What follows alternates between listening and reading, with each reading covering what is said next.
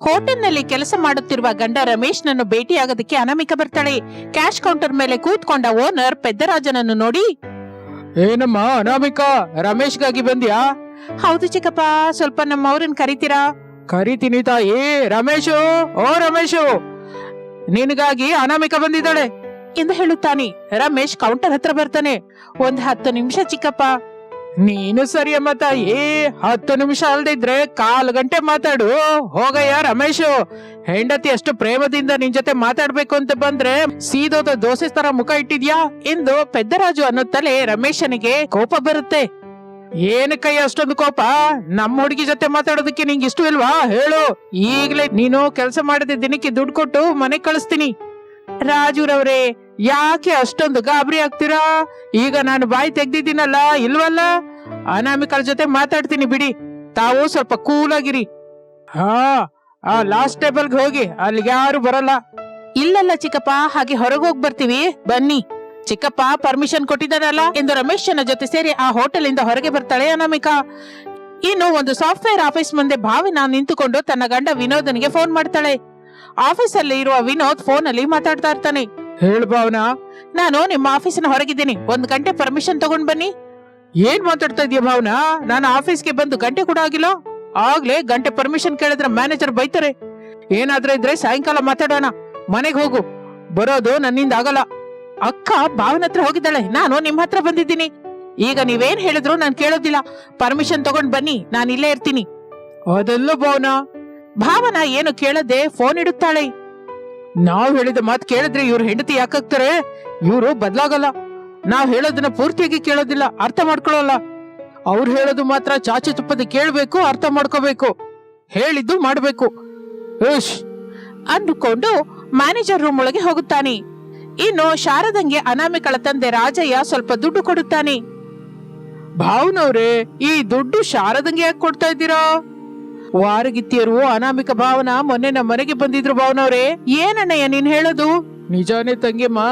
ಅಪ್ಪ, ನಾವು ವಾರಗಿತ್ತಿಯರು ನಮ್ಮ ಕಾಲಿನ ಮೇಲೆ ನಾವು ನಿಲ್ಬೇಕು ಅಂತ ಆಸೆ ಪಡ್ತಾ ಇದೀವಿ, ನಮಗೆ ದುಡ್ಡು ಬೇಕು ಅಂತ ಕೇಳಿದ್ರು. ಓಹೋ, ಮೊನ್ನೆ ಅವರ ಫ್ರೆಂಡ್ ಮನೆಯಲ್ಲಿ ಔತಣ ಇದೆ ಅಂತ ಹೇಳಿದ್ರು, ಅಂದ್ರೆ ನಿಮ್ ಹತ್ರ ಬಂದ್ರ? ಸರಿ ಬಿಡಿ ಅಣ್ಣಯ್ಯ, ದುಡ್ಡು ಕೊಟ್ಟಿದ್ದೀರಲ್ಲ, ಇನ್ನು ನಾನ್ ನೋಡ್ಕೋತೀನಿ. ನಾನು ಬಂದ ಹಾಗೆ ನಿಮಗೆ ದುಡ್ಡು ಕೊಟ್ಟ ಹಾಗೆ ಅವ್ರಿಗೆ ಹೇಳ್ಬೇಡಮ್ಮ. ಯಾರು ನೀವು? ಯಾವಾಗ ನಂಗೆ ದುಡ್ಡು ಕೊಟ್ರಿ? ನಮ್ ಮನೆಗೆ ಯಾವಾಗ ಬಂದಿದ್ರಿ? ಹೀಗೆ ಇರ್ಬೇಕಮ್ಮ. ಇನ್ ನಾನು ಹೋಗ್ ಬರ್ತೀನಿ ತಂಗಿಯಮ್ಮ. ಭಾವನವ್ರೆ, ಅನ್ನ ತಿಂದು ಹೋಗಿ. ಅಣ್ಣ ಇನ್ನ ಹೋಗೋದಕ್ ಬಿಡಿ, ಹೊಲದಲ್ಲಿ ಅತಿಗೆ ಒಬ್ಳೆ ಕಷ್ಟಪಡ್ತಾ ಇರ್ತಾಳೆ. ಸರಿ ಭಾವನವ್ರೆ, ಜಾಗೃತಿಯಾಗಿ ಹೋಗಿ ಎಂದು ಹೇಳುತ್ತಲೇ ರಾಜಯ್ಯ ಹೊರಟು ಹೋಗುತ್ತಾನೆ. ಇನ್ನು ಪಾರ್ಕ್ ಅಲ್ಲಿ ಒಂದು ಬೆಂಚ್ ಮೇಲೆ ರಮೇಶ್ ವಿನೋದರು ಕೂತಿರುತ್ತಾರೆ. ಅನಾಮಿಕ ಭಾವನಾ ನಿಂತಿರುತ್ತಾರೆ. ಅನಾಮಿಕಾ, ಭಾವನಾ, ನಾವಿಬ್ಬರು ಚೆನ್ನಾಗಿ ಆಲೋಚಿಸಿ ಹೇಳ್ತಾ ಇದ್ದೀವಿ. ಫಾಸ್ಟ್ ಫುಡ್ ಮಾಡಿ ಮಾರೋದು ನಿಮ್ಮಿಂದಾಗಲ್ಲ, ನಷ್ಟ ಹೋಗೋದು ಬಿಟ್ಟು ಲಾಭವಿರಲ್ಲ, ಬೇಡ. ಹಾಗೆ ಹೇಗೆ ಭಾವನವ್ರೆ? ಫಾಸ್ಟ್ ಫುಡ್ ಬಿಸ್ನೆಸ್ ಮಾಡಿ ದುಡ್ಡು ಸಂಪಾದಿಸಿ ನಿಮಗೆ ಸಹಾಯ ಮಾಡಬೇಕು ಅಂತ ನಾನು ಅಕ್ಕ ಆಸೆ ಪಡ್ತಾ ಇದ್ದೀವಲ್ಲ. ನಮ್ಮ ಕೋರಿಕೆನ, ನಮ್ಮ ಇಷ್ಟನ ಅರ್ಥ ಮಾಡ್ಕೊಳ್ಳದೆ ಹೀಗೆ ಮಾತಾಡೋದು ಏನು ಚೆನ್ನಾಗಿರಲ್ಲ ಭಾವನವ್ರೆ. ಅಣ್ಣಯ್ಯ ಮಾತಾಡಿದ್ದು ಚೆನ್ನಾಗಿದೆ ಭಾವನಾ. ಫಾಸ್ಟ್ ಫುಡ್ ಮಾಡಿ ಮಾರೋದಲ್ಲಿ ನಿಮಗೆ ಈ ಕೂಡ ಬರೋದಿಲ್ಲ. ಇನ್ನು ಫಾಸ್ಟ್ ಫುಡ್ ಬಿಸ್ನೆಸ್ ಹೇಗೆ ಮಾಡ್ತೀರಾ? ಬೇಡ, ನನಗೂ ಇಷ್ಟವಿಲ್ಲ. ನಾನಂತೂ ಯಾವ ವಿಧದಿಂದಲೂ ನಿಮ್ಗೆ ಸಪೋರ್ಟ್ ಮಾಡಲ್ಲ. ಅದೆಲ್ಲ ವಿನೋದ್, ಫಾಸ್ಟ್ ಫುಡ್ ಸೆಂಟರ್ ಇಡ್ಬೇಕು ಅನ್ನುವ ನಮ್ಮ ಆಸೆ ನಿಮ್ಗೆ ಕಾಣಿಸ್ತಾ ಇಲ್ವಾ? ಕಾಣಿಸ್ತಾ ಇಲ್ಲ ಅತಿಗೆ. ಭಾವನವ್ರೆ, ನೀವು ನಮಗೆ ದುಡ್ಡು ಕೊಡ್ಬೇಡಿ. ಮತ್ತೆ ನಮ್ಮನ್ನ ಇಲ್ಲಿಗೆ ಏನಕ್ಕೆ ಕರ್ಕೊಂಡ್ ಬಂದಿದ್ದೀರಿ ಭಾವನಾ? ನಾವು ಫಾಸ್ಟ್ ಫುಡ್ ಸೆಂಟರ್ ಇಟ್ಕೊಳ್ಳೋದಕ್ಕೆ ಅತ್ತೆನ ಒಪ್ಪಿಸು ಅಂತ ನಿಮ್ಮನ್ನ ಕೇಳೋದಕ್ಕೆ ಕರ್ಕೊಂಡ್ ಬಂದಿದ್ದೀವಿ. ಹಾಗೆ ನಿಮ್ಗನ್ಸುತ್ತೆ.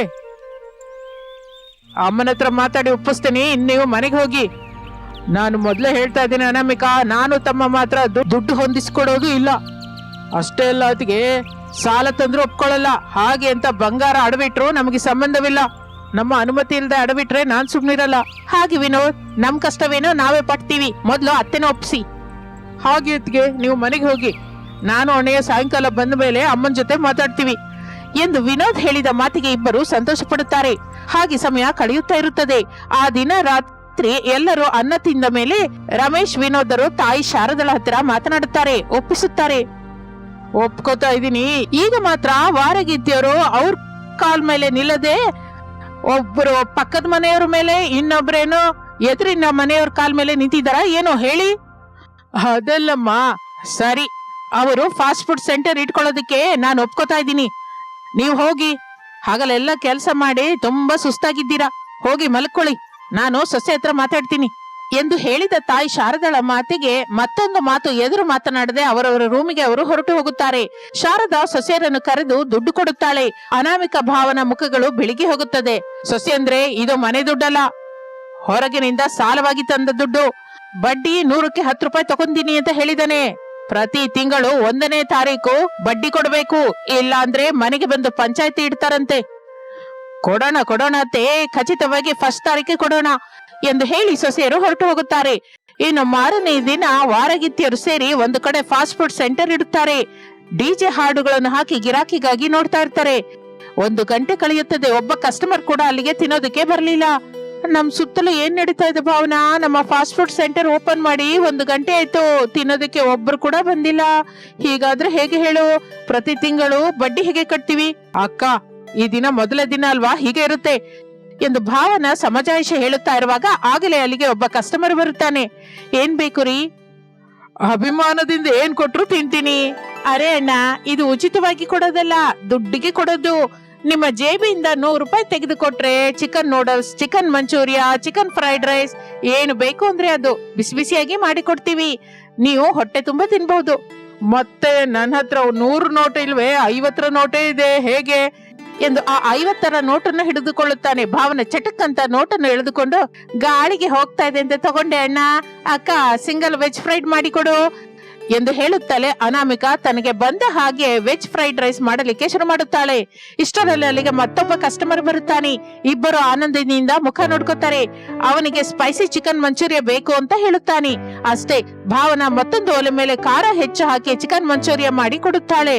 ಮತ್ತೊಬ್ಬರು ವೆಜ್ ಫ್ರೈಡ್ ರೈಸ್ ತಿಂತಾ ಇರ್ತಾರೆ. ಖಾರ, ಅಯ್ಯಮ್ಮ, ಏನಮ್ಮ ಇದು? ಇದನ್ನ ವೆಜ್ ಫ್ರೈಡ್ ಅನ್ನೋದಿಲ್ಲ, ಹಸಿ ಮೆಣಸಿನ್ಕಾಯಿ ರೈಸ್ ಅಂತಾರೆ.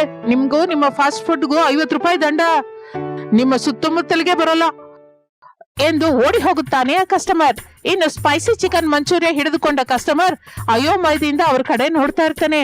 ಅದು ನಮ್ಮಕ್ಕ ಮಾಡಿದ್ದು, ಅವಳಿಗೆ ವ್ಯಾಪಾರ ಹೊಸತು, ಅದಕ್ಕೆ ಹಾಗೆ ಮಾಡಿದ್ದಾಳೆ. ನೀವು ತಿನ್ನಿ, ನಾನು ಚೆನ್ನಾಗಿ ಮಾಡಿದ್ದೀನಿ. ನೀವು ಕೇಳಿದ ಸ್ಪೈಸಿ ಖಚಿತವಾಗಿರುತ್ತೆ, ತಿನ್ನಿ. ನಂಗಿನ್ನು ಬದುಕ್ಬೇಕು ಅಂತ ಇದ್ದೇವ್ರಿ. ಅಯ್ಯೋ, ಹಾಗನ್ಬೇಡಿ. ನೀವು ದುಡ್ಡು ಕೊಡದೇ ಇದ್ರೆ ಬೇಡ. ನಾವು ಕಷ್ಟಪಟ್ಟು ಮಾಡಿದ ಸ್ಪೈಸಿ ಚಿಕನ್ ಮಂಚೂರಿಯನ ಮಾತ್ರ ತಿನ್ನಿ. ಹೇಗಿದೆಯೋ ಹೇಳಿ, ಅದು ಸಾಕು ನಮ್ಗೆ. ತಪ್ಪಲ್ವಾ? ತಪ್ಪಲ್ಲ ರೀ. ಅವನು ಧೈರ್ಯ ಮಾಡಿ ಒಳಗಡೆ ದೇವರನ್ನು ಬೇಡಿಕೊಂಡು ಆ ಸ್ಪೈಸಿ ಚಿಕನ್ ಮಂಚೂರಿಯನ್ನ ಬಾಯೊಳಗೆ ಇಟ್ಕೋತಾನೆ. ಅಷ್ಟೇ, ನಾಲಿಗೆ ಬಹಳ ಉರಿಯುತ್ತದೆ. ಉಗಿದು ಬಿಟ್ಟು ಅವರನ್ನು ಬೈದುಕೊಳ್ಳುತ್ತಾ ಅಲ್ಲಿಂದ ಹೊರಟು ಹೋಗುತ್ತಾನೆ. ಬರುತ್ತಾ ಹೋಗುತ್ತಾ ಇರುವವರು ವಾರಗಿತ್ತಿಯರನ್ನು ಅದೊಂದು ತರ ನೋಡ್ತಾ ಇರ್ತಾರೆ. ಆ ನೋಟವನ್ನು ಅವರು ತಡಿಲಾರ್ದೆ ಹೋಗ್ತಾರೆ. ದುಃಖದಿಂದ ಕುತ್ಕೋತಾರೆ. ಸ್ವಲ್ಪ ಸಮಯದ ನಂತರ ಶಾರದಾ, ರಮೇಶ್, ವಿನೋದ್ ಪ್ರಸಾದರು ಅಲ್ಲಿಗೆ ಬರುತ್ತಾರೆ. ಏನ್ ಸೊಸೆ ಅಂದ್ರೆ, ಇನ್ನು ನಿಮ್ಮ ಫಾಸ್ಟ್ ಫುಡ್ ಬಿಸ್ನೆಸ್ ಶುರು ಮಾಡಿಲ್ವಾ? ನೀವು ಬರದೆ ಹೇಗೆ ಶುರು ಮಾಡ್ತೀವಿ ಅತ್ತೆ? ನೀವು ಬರ್ತೀರಾ ಅಂತ ಅಕ್ಕ ಏನೋ ವೆಜ್ ಫ್ರೈಡ್ ರೈಸ್ ಮಾಡಿದ್ದಾಳೆ, ನಾನು ಸ್ಪೈಸಿ ಚಿಕನ್ ಮಂಚೂರಿಯಾ ಮಾಡ್ತೀನಿ, ತಿನ್ನಿ ಎಂದು ಸೊಸೆಯರಿಬ್ಬರು ಆ 2 ತೆಗೆದುಕೊಂಡು ಬಂದು ಶಾರದಂಗೆ ಕೊಡ್ತಾರೆ. ಏನಮ್ಮ ಸೊಸೆ ಅಂದ್ರೆ, ಎಲ್ಲ ನಿಮ್ಮ ಅತ್ತೆಗೆ ಕೊಡ್ತಾ ಇದ್ದೀರಾ? ನಾನು ಕೂಡ ಬಂದಿದ್ದೀನಲ್ಲ, ನಮಗ್ ಕೂಡ ಸ್ವಲ್ಪ ಸ್ವಲ್ಪ ಇಡ್ರಮ್ಮ, ನಾವು ಕೂಡ ತಿಂತೀವಿ. ಮಾವಯ್ಯ, ಅತ್ತೆ ನಮ್ಮೆಲ್ಲರಿಗೂ ದೊಡ್ಡವರು, ಮೇಲಾಗಿ ನಾವು ಪೂಜಿಸುವ ದೇವತೆ. ಅದಕ್ಕೆ ಮೊದಲು ಅತ್ತೆಗೆ ಕೊಟ್ಟಿದ್ದೀವಿ, ಅತ್ತೆ ತಿಂದ ಮೇಲೆ ನಿಮಗೆ ಕೊಡ್ತೀವಿ ಎಂದು ಭಾವನ ಹೇಳಿದ ಮಾತು ಅವರಿಗೆ ಹಿಡಿಸುತ್ತದೆ. ಇಬ್ಬರು ಸೊಸೆಯರು ಕೊಟ್ಟ ಫ್ರೈಡ್ ರೈಸ್ ಅನ್ನು, ಸ್ಪೈಸಿ ಚಿಕನ್ ಮಂಚೂರಿಯನ್ನು ಶಾರದಾ ತಿನ್ನುತ್ತಾಳೆ. ಅಷ್ಟೇ, ಖಾರ ತಡಿಲಾರ್ದೆ ಹೋಗ್ತಾಳೆ. ಗಡಗಡ ನೀರು ಕುಡಿತಾಳೆ. ಇಬ್ಬರು ಸೊಸೆಯರು ಅಯೋಮಯದಿಂದ ನೋಡ್ತಾ ಇರ್ತಾರೆ. ಶಾರದಾ ಕೋಪದಿಂದ ಭದ್ರ ಕಾಳಿ ಹಾಗೆ ಬದಲಾಗ್ತಾಳೆ. ಎಲ್ಲರೂ ನೋಡುತ್ತಾ ಇರುವಾಗಲೇ ಬಾಯಿಗೆ ಬಂದ ಮಾತಿನಿಂದ ಬಯಲಿಕ್ಕೆ ಶುರು ಮಾಡುತ್ತಾಳೆ ಶಾರದಾ. ವಾರಗಿತ್ತಿಯರು ಅತ್ತೆಯ ಬಾಯಿಗೆ ಭಯಪಟ್ಟು ಏಟಿಗೆ ಅಲ್ಲಿಂದ ಪರಾರಿಯಾಗುತ್ತಾರೆ. ಅದರಿಂದ ವಾರಗಿತ್ತಿಯರು ಇಟ್ಟ ಫಾಸ್ಟ್ ಫುಡ್ ಸೆಂಟರ್ ಕೂಡ ಫೇಲ್ ಆಗುತ್ತೆ. ಇದು ಇಂದಿನ ಕತೆ. ಮತ್ತೊಂದು ಆಸಕ್ತಿಕರ ಕತೆ ಜೊತೆ ಮತ್ತೆ ಸೇರೋಣ. ಅಲ್ಲಿಯವರೆಗೂ ವಿರಾಮ. ನಮಸ್ತೆ. ಒಂದು ದಿನ ಅತ್ತೆ ಶಾರದಾ ಟೀಪಾಯ್ ಮೇಲಿರುವ ಖಾಲಿ ಬಿರಿಯಾನಿ ಬಕೆಟ್ ಅನ್ನು ನೋಡುತ್ತಾ ಕೋಪದಿಂದ, ಅನಾಮಿಕಾ, ಭಾವನಾ ಎಂದು ತನ್ನ ಇಬ್ಬರು ಸೊಸೆಯರನ್ನು ಕರೆಯುತ್ತಾಳೆ. ಇಬ್ಬರು ಸೊಸೆಯರು ಬರುತ್ತಾರೆ. ನಂಗೆ ಗೊತ್ತಿಲ್ಲದೆ ರಾತ್ರಿ ಬಕೆಟ್ ಬಿರಿಯಾನಿ ತರಿಸ್ಕೊಂಡು ತಿಂದಿದ್ಯಾರು ಹೇಳ್ತೀರಾ? ಇಲ್ಲ ಅಂದ್ರೆ ನನ್ನನ್ನೇ ತಿಳಿಸ್ಕೊಂತೀರಾ? ಅತ್ತೆ, ನಿಮ್ ಮೇಲೆ ಪ್ರಮಾಣ ಮಾಡಿ ಕೂಡ ಹೇಳ್ತಾ ಇದ್ದೀನಿ, ಈ ಬಿರಿಯಾನಿ ಬಕೆಟ್ಗೂ ನನ್ಗೂ ಎಂತ ಸಂಬಂಧನೂ ಇಲ್ಲ. ನನ್ನ ನಂಬಿ ಅತ್ತೆ. ಎಂದು ಅನಾಮಿಕಾ ಹೇಳುತ್ತಲೇ ಶಾರದಾ ಭಾವನಳ ಕಡೆ ನೋಡುತ್ತಾಳೆ. ಭಾವನ ಏನು ಮಾತನಾಡದೆ ತಲೆ ತಗ್ಗಿಸುತ್ತಾಳೆ. ಶಾರದಂಗೆ ಬಿರಿಯಾನಿ ಕಳ್ಳ ಯಾರು ಎಂದು ತಿಳಿದು ಹೋಗುತ್ತದೆ. ಅನಾಮಿಕಾ, ನೀನ್ ಹೋಗಿ ಕೆಲಸ ಮಾಡ್ಕೋ. ಸರಿ ಅತ್ತೆ ಎಂದು ಅನಾಮಿಕಾ ಅಲ್ಲಿಂದ ಹೊರಟು ಹೋಗುತ್ತಾಳೆ. ಈಗ ಹೇಳು ಚಿಕ್ಕ ಸೊಸೆ, ಬಕೆಟ್ ಬಿರಿಯಾನಿನ ಯಾವಾಗ ತರಿಸ್ಕೊಂಡೆ? ಯಾರು ತಗೊಂಡ್ಬಂದ್ರು? ಯಾರ್ಯಾರು ತಿಂದ್ರಿ? ಎಲ್ಲಿ ತಿಂದ್ರಿ? ಅದು ಅತ್ತೆ, ಮತ್ತೆ ಕಿರಿಕಿರಿ ಮಾಡ್ದೆ ಹೇಳು ಸೊಸೆ. ಅದು ಅತ್ತೆ, ಮೊನ್ನೆ ನೀವು ಮಾಡಿದ ಸೌತೆಕಾಯಿ ಸಾರು ನನ್ಗೆ ಹಿಡಿಸ್ಲಿಲ್ಲ. ಏನು ತಿನ್ನದೆ ಮಲಗ್ಬಿಟ್ಟೆ. 1 ಗಂಟೆ ರಾತ್ರಿಗೆ ತುಂಬಾ ಹಸಿವೆ ಆಯ್ತು. ಇನ್ನು ನಿಮ್ ಮಗಂಗೆ ಹೇಳ್ದೆ, ಆಗ ಬಿರಿಯಾನಿ ಆರ್ಡರ್ ಮಾಡಿದ್ರು. ಎಲ್ಲ ತಿಂದ್ಬಿಟ್ಟೆ ಎಂದು ಹೇಳುತ್ತಲೇ ಶಾರದಾ ಆಶ್ಚರ್ಯದಿಂದ, ಏನೇ ನೀನ್ ಹೇಳೋದು? ಇಷ್ಟು ಬಕೆಟ್ ತುಂಬಾ ಬಿರಿಯಾನಿನ ಎಲ್ಲ ನೀನೇ ತಿಂದ್ಯಾ? ಅಯ್ಯಮ್ಮೋ ಎಂದು ತಲೆ ತಿರುಗಿ ಬಿದ್ದು ಬೀಳುತ್ತಾಳೆ. ಅದನ್ನು ನೋಡಿದ ಭಾವನ ತನ್ನಲ್ಲಿ ತಾನು, ಬಕೆಟ್ ಬಿರಿಯಾನಿ ತಿಂದೆ ಅಂತ ಹೇಳಿದ್ರೆ ತಲೆ ತಿರುಗಿ ಬಿದ್ದೋದ್ಲು. ಇನ್ನು ನಾನು ತಿಂಡಿ ಪೋತಿ ಸೊಸೆ ಅಂತ ತಿಳಿದ್ರೆ ಖಚಿತವಾಗಿ ನಮ್ಮ ಅತ್ತೆ ಹುಚ್ಚಾಗ್ತಾಳೆ ಏನೋ. ದೇವರೇ, ನಾನು ತಿಂಡಿ ಪೋತಿ ಅಂತ ನಮ್ಮ ಅತ್ತೆಗೆ ತಿಳಿಲೇಬಾರ್ದು ಎಂದು ಅಲ್ಲಿಂದ ಹೊರಟು ಹೋಗುತ್ತಾಳೆ ಭಾವನ.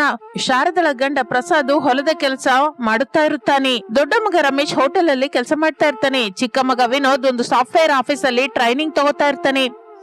ಶಾರದಳ ಕುಟುಂಬವೆಲ್ಲವೂ ಪ್ರಸಾದ್ ರಮೇಶರ ಸಂಪಾದನೆಯ ಮೇಲೆ ಜೀವಿಸುತ್ತಾ ಇರುತ್ತದೆ. ಅಂತಹ ಕುಟುಂಬದೊಳಗೆ ಪರಮ ತಿಂಡಿಪೋತಿಯಾದ ಸೊಸೆ ಭಾವನ ಬಂದಳು ಎಂದು ನಂತರ ಅರ್ಥವಾಗುತ್ತೆ. ಆ ದಿನ ರಾತ್ರಿ ಅವರ ರೂಮಲ್ಲಿ ಅವರು ಪ್ರಶಾಂತವಾಗಿ ಮಲಗಿದ್ದರೆ, ಭಾವನ ಮಾತ್ರ ಬೆಡ್ ಮೇಲೆ ಕೂತ್ಕೊಂಡು ಬೇಳೆ ಉಪ್ಪು ಡಬ್ಬವನ್ನು ತನ್ನ ಮುಂದೆ ಇಟ್ಟುಕೊಂಡು ಹಸಿ ತೊಗರಿಬೇಳೆ ತಿಂತಾ ಇರ್ತಾಳೆ. ಗಂಡ ವಿನೋದ್ ಮಾತ್ರ ಬೆಡ್ ಪಕ್ಕದಲ್ಲಿರುವ ಕುರ್ಚಿಯಲ್ಲಿ ಕೂತ್ಕೊಂಡು ನಿದ್ದೆ ಮಾಡ್ತಾ ಇರ್ತಾನೆ. ಹಸಿ ಬೇಳೆ ಕೂಡ ತುಂಬಾ ರುಚಿಯಾಗಿದೆ. ಎಲ್ಲ ಬಿಟ್ಟು 2 kg ತೊಗರಿಬೇಳೆ ತಿಂದ್ಬಿಟ್ಟಿದ್ದೀನಿ. ಈಗ ಯಾವ ಬೇಳೆ ತಿನ್ಬೇಕಪ್ಪ ಎಂದು ತನ್ನ ಮುಂದಿರುವ ಬೇಳೆ ಡಬ್ಬವನ್ನು ನೋಡುತ್ತಾಳೆ. ಆಗ ಭಾವನಿಗೆ ತುಂಬಿರುವ ಹೆಸರು ಬೇಳೆ ಡಬ್ಬ ಕಾಣಿಸುತ್ತೆ. ಹೆಸರು ಬೇಳೆ ತಿಂತೀನಿ, ಡಬ್ಬ ತುಂಬಾ ಇದೆ ಅಂತಂದ್ರೆ ಖಚಿತವಾಗಿ ಇದು ಕೂಡ 2 kg ಇದ್ದೇ ಇರುತ್ತೆ ಎಂದು ಹೆಸರು ಬೇಳೆಯನ್ನು ತಿನ್ನೋದಕ್ಕೆ ಶುರು ಮಾಡುತ್ತಾಳೆ. ಆಗಲೇ ಹಾಲ್ಗೆ ಬಂದ ಶಾರದಾ ಲೈಟ್ ಹಾಕುತ್ತಾಳೆ. ಮನೆಯೆಲ್ಲ ಸುತ್ತಲೂ ನೋಡುತ್ತಾಳೆ. ಒಂದು ಮೂಲೆಯಲ್ಲಿ ಬೆಕ್ಕು ಕಾಣಿಸುತ್ತೆ. ನೀನೇ ಅಂತ ನನ್ ಗಂಡಂಗ್ ಹೇಳದ್ನೆ, ಆದ್ರೂ ಅವನು ನನ್ ಮಾತ್ ಕೇಳದೆ ಹೋಗಿ ನೋಡಿ ಬಾ ಶಾರದಾ ಅಂತ ಹೇಳ್ದ. ಇಲ್ಲಿ ನೋಡು, ಬಂದೆ, ನೋಡ್ದೆ, ನೀನೇ ಕಾಣಿಸ್ದೆ. ಈಗ ಹೋಗಿ ಇದೇ ವಿಷಯ ಅವನಿಗೆ ಹೇಳ್ಬೇಕು ಎಂದು ಲೈಟ್ ಆಫ್ ಮಾಡುತ್ತಾಳೆ. ಆಗ ಶಾರದಂಗೆ ಚಿಕ್ಕ ಮಗನ ರೂಮಿನಲ್ಲಿ ಬೆಳಕು ಕಾಣಿಸುತ್ತೆ. ಚಿಕ್ಕವನು ಇನ್ನೂ ವರ್ಕ್ ಮಾಡ್ಕೊತಾ ಇದ್ದಾನೆ ಇರ್ಬೇಕು, ಟೀ ಮಾಡ್ಕೊಡ್ತೀನಿ ಎಂದು ಮತ್ತೆ ಲೈಟ್ ಹಾಕಿ ಕಿಚನ್ ಕಡೆಗೆ ಹೋಗುತ್ತಾ ಇರುವಾಗ ಬೆಡ್ರೂಮ್ ಒಳಗಿಂದ ಪ್ರಸಾದ್ ಬರ್ತಾನೆ. ಕಿಚನ್ ಕಡೆ ಹೋಗ್ತಾ ಇರುವ ಶಾರದಾ ಕಾಣಿಸುತ್ತಾಳೆ. ಶಾರದಾ, ಯಾವಾಗ ಎದ್ರು ಆಗ್ಲೇ ಅಡಿಗೆ ಮಾಡೋದ, ಬಂದು ಮಲ್ಕೋ ಎಂದು ಹೇಳುತ್ತಾನೆ. ಆ ಮಾತನ್ನು ಕೇಳಿ ಭಾವನ ಭಯಪಡುತ್ತಾಳೆ. ಬಾಯಿ ತುಂಬ ಇರುವ ಬೇಳೆಯನ್ನು ಅಗಿಯದೆ ಹಾಗೆ ಇಟ್ಟುಕೊಂಡು ತನ್ನಲ್ಲಿ ತಾನು, ಅಮ್ಮೋ, ಅತ್ತೆ ಈಗ ಎದ್ದು ಕಿಚನ್ ಒಳಗೆ ಹೋಗ್ತಾ ಇದ್ದಾಳ. ಸ್ವಲ್ಪ ಹೊತ್ತಾಗಿದ್ರೆ ಸಿಕ್ಕಾಕೋತಾ ಇದ್ದೆ. ಮಾವಯ್ಯ ದೇವ್ರ ಹಾಗೆ ಬಂದು ಕಾಪಾಡಿದ್ರು ಎಂದು ಅಂದುಕೊಳ್ಳುತ್ತಾಳೆ. ಶಾರದಾ ಗಂಡ ಪ್ರಸಾದನ ಮಾತನ್ನು ಕೇಳಿ ಲೈಟ್ ಆಫ್ ಮಾಡಿ ರೂಮ್ ಒಳಗೆ ಹೋಗುತ್ತಾಳೆ. ಭಾವನ ಬೇಳೆ ತಿನ್ನೋದಕ್ಕೆ ಶುರು ಮಾಡುತ್ತಾಳೆ. ಹಾಗೆ ಸಮಯ ಕಳೆಯುತ್ತಾ ಇರುತ್ತದೆ. ಇನ್ನು ಬೆಳಗಿನ ಜಾವ 5 ಗಂಟೆ ಸಮಯ. ಅಲಾರಾಂ ಮೊಳಗುತ್ತದೆ. ಅನಾಮಿಕಾ ಎದ್ದು ಕಿಚನ್ ಒಳಗೆ ಬರ್ತಾಳೆ. ಲೈಟ್ ಹಾಕುತ್ತಾಳೆ. ಅಷ್ಟೇ, ಖಾಲಿಯಾಗಿರುವ ಉಪ್ಪು ಬೇಳೆ ಡಬ್ಬಗಳು ಕಾಣಿಸುತ್ತೆ. ಅನಾಮಿಕಾ ಭಯದಿಂದ ಗಟ್ಟಿಯಾಗಿ, ಅತ್ತೆ, ಮಾವಯ್ಯ, ಏನು ಅಂದ್ರೆ ಎಲ್ರು ಕಿಚನ್ ಒಳಗ್ ಬನ್ನಿ ಎಂದು ಅರಚುತ್ತಾಳೆ. ಅಷ್ಟೇ, ಎಲ್ಲರ ನಿದ್ದೆ ಏಟಿಗೆ ಓಡಿ ಹೋಗುತ್ತೆ. ಗಾಬರಿಯಿಂದ ಕಿಚನ್ ಒಳಗೆ ಬರ್ತಾರೆ ಎಲ್ರು. ಭಾವನ ಮಾತ್ರ ಯಾವ ಟೆನ್ಷನ್ ಇಲ್ಲದೆ ಬಂದು ನಿಲ್ಲುತ್ತಾಳೆ. ಏನಾಯ್ತು ಸೊಸೆ, ಯಾಕೆ ಹಾಗೆ ಅರಚಿದೆ? ಅತ್ತೆ, ಬೇಳೆ ಉಪ್ಪಿನ ಡಬ್ಬ ನೋಡಿ ಒಂದ್ಸಲ. ಎಲ್ಲರೂ ನೋಡುತ್ತಾರೆ. ಡಬ್ಬಗಳೆಲ್ಲ ಖಾಲಿಯಾಗಿರುತ್ತೆ. ಎಲ್ಲರೂ ಶಾಕ್ ಆಗುತ್ತಾರೆ. ಭಾವನ ಮಾತ್ರ ತನ್ನಲ್ಲಿ ತಾನು, ನನ್ನ ಜಾಗೃತನಲ್ಲಿ ನಾನಿದ್ದೆ. ಖಾಲಿ ಡಬ್ಬ ತಗೊಂಡ್ ಬಂದು ಬಾಗಿಲ ರೂಮು ತೆಗ್ದಿಟ್ಟಿದ್ದೀನಿ. ಈಗ ಕಳ್ಳ ಮಾಡಿದ ಕೆಲಸ ಅಂತ ಎಲ್ರಿಗೂ ಅರ್ಥವಾಗುತ್ತೆ ಎಂದು ಅಂದುಕೊಂಡು ಯಾರಿಗೂ ತನ್ನ ಮೇಲೆ ಅನುಮಾನ ಬಾರದ ಹಾಗೆ, ಅಕ್ಕ, ಊರಲ್ಲಿ ಕಳ್ಳ ಬರ್ತಾ ಇದ್ದಾರೆ ಅಂತ ಗೊತ್ತಲ್ಲ, ನಮ್ಮನೇಲಿ ಕೂಡ ಕಳ್ಳ ಬಂದ ಆಗಿದೆ. ಬಂಗಾರ ಬೆಳ್ಳಿ ದುಡ್ಡು ಸಿಗದೆ ಇದ್ದಿದ್ದಕ್ಕೆ ಕಿಚನ್ ಒಳಗೆ ಕಾಣಿಸಿದ ಬೇಳೆನ ಉಪ್ಪುನ ತಗೊಂಡೋಗಿದ್ದಾನೆ. ಹಾಕಿದ ಬಾಗಿಲು ಹಾಕಿದ ಹಾಗೆ ಇದೆ. ಕಳ್ಳ ಯಾವ ಕಡೆಯಿಂದ ಬನ್ನಿ? ಭಾವನ ಹಿಂದಿನ ಬಾಗಿಲ ಹತ್ರ ಹೋಗಿ ಬಾಗಿಲು ತೆಗೆದು, ಅತ್ತೆ, ನೀವು ಸರಿಯಾಗಿ ಚಿಲಕ ಹಾಕಿಲ್ಲ, ಕಳ್ಳ ಬಂದಿದ್ದಾನೆ. ನಾನೆಲ್ಲ ಸರಿಯಾಗಿ ಹಾಕಿದ್ದೇನಲ್ಲಮ್ಮ. ಇನ್ನು ಯಾರು ಏನು ಮಾತನಾಡದೆ ಹೊರಟು ಹೋಗುತ್ತಾರೆ. ಪೂರ್ತಿಯಾಗಿ ಬೆಳಕಾಗುತ್ತದೆ. ಮನೆಯ ಜಗಲಿ ಮೇಲೆ ಶಾರದಾ ಅನಾಮಿಕಾ ಕೂತ್ಕೊಂಡು ಹೂಗಳನ್ನ ಕಟ್ಟುತ್ತಾ ಇರುತ್ತಾರೆ. ಭಾವನ ತಿನ್ನೋದಕ್ಕೇನು ಸಿಕ್ಕಿಲ್ಲ ಎಂದು ಮನೆಯಲ್ಲಿ ಕಾಲು ಸುಟ್ಟು ಬೆಕ್ಕಿನ ಹಾಗೆ ತಿರುಗ್ತಾ ಇರ್ತಾಳೆ. ಆಗಲೇ ಮಿರ್ಚಿ ಅಂಗಡಿ ರಮಣಿ ಅಲ್ಲಿಗೆ ಬರುತ್ತಾಳೆ. ಜಗಲಿ ಮೇಲೆ ಕುತ್ಕೋತಾಳೆ. ಏನೇ ರಮಣಿ, ತುಂಬಾ ದಿನದ ಮೇಲೆ ಬಂದಿದ್ಯಾ? ಅಕ್ಕ ನೀನು ಏನಕ್ಕೆ ಮಿರ್ಚಿ ಅಂಗಡಿನ ನಂಗೆ ಮಾರಿದ್ಯಾ ಗೊತ್ತಿಲ್ಲ ಹೊರತು ಮಿರ್ಚಿ ಬಜ್ಜಿ ವ್ಯಾಪಾರ 3 ಹೂವಿಗೆ 6 ಕಾಯಿ ಹಾಗೆ ಸಾಗ್ತಾ ಇದೆ. ಒಳ್ಳೇದೇ ಅಲ್ವೇನಮ್ಮ? ನೀನು ಮೈದನ ಮಕ್ಕಳು ಎಲ್ರು ಚೆನ್ನಾಗಿದ್ದೀರಲ್ಲ. ನಿನ್ನ ಕೈ ಆಶೀರ್ವಾದದಿಂದ ಎಲ್ಲ ಚೆನ್ನಾಗಿದ್ದೀವಕ್ಕ. ನೀನ್ ಹಾಗೆ ಮಿರ್ಚಿ ಬಜ್ಜಿ ವ್ಯಾಪಾರ ಮಾಡಿದ್ರೆ ಚೆನ್ನಾಗಿರ್ತಾ ಇತ್ತಲ್ಲ. ಏನು ಚಿಕ್ಕತ್ತೆ ನೀವು ಹೇಳೋದು? ನಮ್ಮತ್ತೆ ಮಿರ್ಚಿ ಬಜ್ಜಿ ವ್ಯಾಪಾರ ಮಾಡ್ತಾ ಇದ್ರಾ? ಹೌದು ಸೊಸೆ, ರಮೇಶನ ಮದುವೆ ಆಗುವವರೆಗೂ ಮಾಡಿದ್ಲು. ನೀನು ಸೊಸೆಯಾಗಿ ಕಾಲಿಟ್ಟ ನಂತರ ಬಂದ್ ಮಾಡ್ಬಿಟ್ಲು. ಮಿರ್ಚಿ ಅಂಗಡಿನ ನನಗೆ ಮಾರಿದ್ಲು. ಆದ್ರೆ ಅಕ್ಕ, ಹಾಗೆ ಮಿರ್ಚಿ ಬಜ್ಜಿ ಅಂಗಡಿನ ನಡೆಸ್ತಾ ಇದ್ರೆ ನಿನ್ಗೆ ತುಂಬಾ ವ್ಯಾಪಾರವಾಗ್ತಿತ್ತು. ಯಾಕತೆ ಮಿರ್ಚಿ ಬಜ್ಜಿ ವ್ಯಾಪಾರನ ಮಾರಿದ್ರಿ? ಅದೆಲ್ಲ ದೊಡ್ಡ ಕತೆ ಸೊಸೆ, ಈಗ ಅದೆಲ್ಲ ಏನಕ್ಕೆ ಹೇಳು. ಈಗ ನಾವು ಚೆನ್ನಾಗಿದ್ದೀವಲ್ಲ, ಅದು ಸಾಕು. ರಮಣಿ ತಂಗಿ ಕೂಡ ಚೆನ್ನಾಗಿದ್ದಾಳೆ. ಅಕ್ಕ, 1000 ಮಿರ್ಚಿ ಬಜ್ಜಿ ಬೇಕು ಅಂತ ಒಂದು ಆರ್ಡರ್ ಬಂದಿದೆ. ಕಳೆದುಕೊಳ್ಳೋದು ಇಷ್ಟವಿಲ್ಲದೆ ನಿನ್ನ ಸಹಾಯಕ್ಕಾಗಿ ಬಂದೆ. ಬಂದ ದುಡ್ಡಿನಲ್ಲಿ ಇಬ್ಬರು ಅರ್ಧ ಅರ್ಧ ತಗೊಳ್ಳೋಣ ಬಿಡು, ಏನಂತೀಯ? ಬಾಯಿ ಹತ್ರಕ್ಕೆ ಬಂದ ಅನ್ನದ ತುತ್ತನ ಮನೆಗ್ ಬರ್ತೀನಿ ಅಂತ ಹೇಳಿದ ಲಕ್ಷ್ಮೀ ದೇವಿನ ಯಾಕೆ ದೂರ ಮಾಡ್ಕೋತೀನಮ್ಮ? ಹಾಗೆ ಮಾಡೋಣ, ನಮ್ಮಿಬ್ಬರ ಸೊಸೆಯರ ಸಹಾಯ ಕೂಡ ತಗೊಳ್ಳೋಣ. ಹಾಗೆ ಅಕ್ಕ, ನಾನು ಸಾಮಾನ್ ತಗೊಂಡ್ಬರ್ತೀನಿ, ನೀನು ನಿನ್ನ ಸೊಸೆಯರ ಜೊತೆ ಸಿದ್ಧವಾಗಿರು. ಮತ್ತೆ ಒಳ್ಳೇದು ರಮಣಿ, ಬೇಗ ಬಂದ್ಬಿಡು.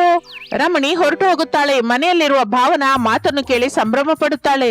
1000 ಬಜ್ಜಿ, ಆಹಾ ನನ್ನ ಅದೃಷ್ಟ, ಈ ದಿನ ಚೆನ್ನಾಗಿದೆ. ನಾನು ಪ್ಯಾಕಿಂಗ್ ಹತ್ರ ಇರ್ತೀನಿ, ನನ್ ಕೆಲಸ ನಡೆಸ್ತೀನಿ. ಒಲೆ ಹತ್ರ ಇದ್ರೆ ಅತ್ತೆ ಆ ರಮಣಿ ಇರ್ತಾರೆ. ನನ್ನ ಹೊಟ್ಟೆ ತುಂಬಿಕೊಳ್ಳೋದಕ್ಕೆ ಕಷ್ಟವಾಗುತ್ತೆ. ಪ್ಯಾಕಿಂಗ್ ಹತ್ರ ಇರುತ್ತಾ ಒಂದು ಡಬ್ಬದಲ್ಲಿ ಇಟ್ಕೊಂಡು ಮತ್ತೊಂದು ನಮ್ ಹೊಟ್ಟೆಲಿ ಇಟ್ಕೋಬಹುದು. ಆ ಕಡೆ ಅವ್ರಿಗೂ ಅನುಮಾನ ಬರಲ್ಲ, ಈ ಕಡೆ ನನ್ನ ಹೊಟ್ಟೆನೂ ತುಂಬುತ್ತೆ, ನನ್ನ ತಿಂಡಿಯ ಕೋರಿಕೆ ತೀರಿ ಹೋಗುತ್ತೆ ಎಂದು ಸಂತೋಷ ಪಡುತ್ತಾ ಇರುತ್ತಾಳೆ. ಅತ್ತೆ, ನಾನು ಸೊಸೆಯಾಗಿ ಬರುವವರೆಗೂ ಮಿರ್ಚಿ ಬಜ್ಜಿ ವ್ಯಾಪಾರ ಮಾಡಿದ್ದ ನೀವು ಆ ನಂತರ ಯಾಕೆ ಬಂದ್ ಮಾಡಿದ್ರಿ? ನಂಗೆ ಗೊತ್ತಿಲ್ಲ. ಈಗ ನಾವು ಮತ್ತೆ ವ್ಯಾಪಾರ ಶುರು ಮಾಡೋಣ ಅತ್ತೆ ಎಂದು ಅನಾಮಿಕ ಅನ್ನುತ್ತಾ ಇರುವಾಗ ಮನೆಯೊಳಗಿಂದ ಭಾವನ ಹೊರಗೆ ಬರುತ್ತಾಳೆ. ಹೌದು ಅತ್ತೆ, ನೀವು ಮತ್ತೆ ಮಿರ್ಚಿ ಬಜ್ಜಿ ವ್ಯಾಪಾರ ಶುರು ಮಾಡಿ. ನಾನು ಅಕ್ಕ ಇಬ್ರು ಸಹಾಯ ಮಾಡ್ತೀವಿ. ನಾನು ರಮಣಿ ಹತ್ರ ಮಾತಾಡ್ತೀನಮ್ಮ, ನೀವು ವಾರಗಿತ್ತಿಯರು ಮಾಡಿ. ಹಾಗೆ ಅತ್ತೆ, ಮಾತಾಡಿ, ವಾರಗಿತ್ತಿಯರ ಫುಡ್ ಬಿಸ್ನೆಸ್ ಶುರು ಮಾಡೋಣ. ಈಗ ಮಾತ್ರ ನಾವು ರಮಣಿಗೆ ಸಹಾಯ ಮಾಡೋಣ, ಏನಂತೀರಮ್ಮ? ಮಾಡೋಣ ಅತ್ತೆ, ನೀವು ಮಾತು ಕೊಟ್ಟಿದ್ದೀರಲ್ಲ, ಏನಂತೀಯ ಭಾವನಾ? ಹಾ ಮಾಡೋಣ ಅಕ್ಕ, ಆದ್ರೆ ನಾನು ಪ್ಯಾಕಿಂಗ್ ಹತ್ರ ಇರ್ತೀನಿ, ನನಗೆ ಹೊಗೆ ಎಲ್ಲ ಆಗೋದಿಲ್ಲ. ಹಾಗೆ ಸೊಸೆ. ಇನ್ನು ಭಾವನ ಸಂತೋಷದಿಂದ ಇರುತ್ತಾಳೆ. ರಮಣಿ ಮಿರ್ಚಿ ಬಜ್ಜಿಗಾಗಿ ಬೇಕಾದ್ದನ್ನ ತೆಗೆದುಕೊಂಡು ಬರ್ತಾಳೆ. ಮನೆಯ ಮುಂದೆ ಸೌದೆ ಒಲೆ ಇಟ್ಟು ಶಾರದಾ ರಮಣಿ ಸೇರಿ ಮಿರ್ಚಿ ಬಜ್ಜಿ ಹಾಕುತ್ತಾ ಇದ್ದರೆ ಅನಾಮಿಕ ಅದನ್ನು ತೆಗೆದುಕೊಂಡು ಹೋಗಿ ಮನೆಯಲ್ಲಿ ಪ್ಯಾಕಿಂಗ್ ಮಾಡ್ತಾ ಇರುವ ಭಾವನಳ ಮುಂದೆ ಇಡ್ತಾ ಇರ್ತಾಳೆ. ಇನ್ನು ನನ್ನ ಪ್ಲಾನ್ ಅನ್ನೇ ಅನುಸರಿಸಬೇಕು ಎಂದು ಅಂದುಕೊಂಡು ಭಾವನ ತನ್ನ ಪ್ಲಾನ್ ಪ್ರಕಾರ ಒಂದು ಮಿರ್ಚಿ ಬಜ್ಜಿನ ಪ್ಯಾಕಿಂಗ್ ಅಲ್ಲಿ ಇಡ್ತಾ ಮತ್ತೊಂದು ಮಿರ್ಚಿ ಬಜ್ಜಿನ ತನ್ನ ಬಾಯೊಳಗೆ ಇಟ್ಕೋತಾಳೆ. ಹಾಗೆ ಸಮಯ ಕಳೆಯುತ್ತಾ ಇರುತ್ತದೆ. 1000 ಬಜ್ಜಿ ಮಾಡೋದು ಪೂರ್ತಿಯಾಗುತ್ತದೆ. ಅಕ್ಕ, ನನ್ಗೆ ಸೊಂಟ ನೋವು ಬರ್ತಾ ಇದೆ, ನಿನ್ನ ಸೊಸೆ ಜೊತೆ ಮನೆಗೆ ಕಳಿಸು ಎಂದು ರಮಣಿ ಹೊರಟು ಹೋಗುತ್ತಾಳೆ. ಶಾರದಾ ಅನಾಮಿಕ ಇಬ್ಬರು ಸರಿ ಮನೆಗೆ ಬರುತ್ತಾರೆ. ಭಾವನಾ ಅವರನ್ನು ಗಮನಿಸದೆ ಮಿರ್ಚಿ ಬಜ್ಜಿ ಚೆನ್ನಾಗಿ ತಿಂದು ತುಂಬಾ ದಪ್ಪವಾಗಿರುತ್ತಾಳೆ. ಆಗ ಇಬ್ಬರಿಗೂ ಅರ್ಥವಾಗುತ್ತದೆ, ಭಾವನಾ ಮಾಮೂಲಿ ಭಾವನಾ ಅಲ್ಲ ಎಂದು, ತಿಂಡಿಪೋತಿ ಭಾವನಾ ಎಂದು ತಿಳಿಯುತ್ತಾರೆ. ಈಗ ಹೇಳು ದೊಡ್ಡ ಸೊಸೆ, ನಿನ್ನ ವಾರಗಿತ್ತಿ ಪರಮ ತಿಂಡಿಪೋತಿ, ನೀವಿಬ್ಬರು ಸೇರಿ ಫುಡ್ ಬಿಸ್ನೆಸ್ ಮಾಡ್ತೀರಾ ಎಂದು ಅತ್ತೆ ಕೇಳಿದ ಪ್ರಶ್ನೆಗೆ ಉತ್ತರ ಹೇಳಲಾರದೆ ಹೋಗುತ್ತಾಳೆ ಅನಾಮಿಕ. ಹಾಗೆ ವಾರಗಿತ್ತಿಯರು ಶುರು ಮಾಡಬೇಕು ಎಂದುಕೊಂಡ ಮಿರ್ಚಿ ಬಜ್ಜಿ ವ್ಯಾಪಾರ ಫೇಲ್ ಆಗುತ್ತದೆ. ರಮಣಿ ಹತ್ರ ಮಾತು ಬರುತ್ತೆ ಎಂದು ಅತ್ತೆ ಶಾರದಾ ಭಾವಿಸಿ ದೊಡ್ಡ ಸೊಸೆ ಅನಾಮಿಕಳ ಜೊತೆ ಸೇರಿ ಮತ್ತಷ್ಟು ಮಿರ್ಚಿ ಬಜ್ಜಿ ಮಾಡಿ ಕಳಿಸುತ್ತಾಳೆ. ರಮಣಿ ಅದನ್ನು ನೋಡಿ ಸಂತೋಷ ಪಡುತ್ತಾಳೆ. ಅತಿಯಾಗಿ ಮಿರ್ಚಿ ಬಜ್ಜಿ ತಿಂದ ಭಾವನಳನ್ನು ಹಾಸ್ಪಿಟಲ್ಗೆ ಕರ್ಕೊಂಡು ಹೋಗ್ತಾರೆ. ಇದು ಇಂದಿನ ಕತೆ.